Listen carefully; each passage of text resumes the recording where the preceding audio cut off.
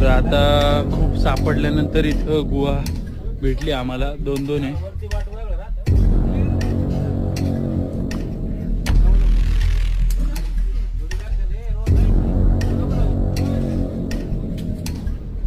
थोडीशी भीती वाटते कारण मध्ये खूपच अंधार आहे. निखिल फ्लॅश लाव रे. आता दिसते खूपच मोठी अशी गुहा दिसते ही. मार्कंडेय ऋषी पर्वतावर आल्यावरती अवश्य बघायला विसरू नका तुम्ही या गुहा.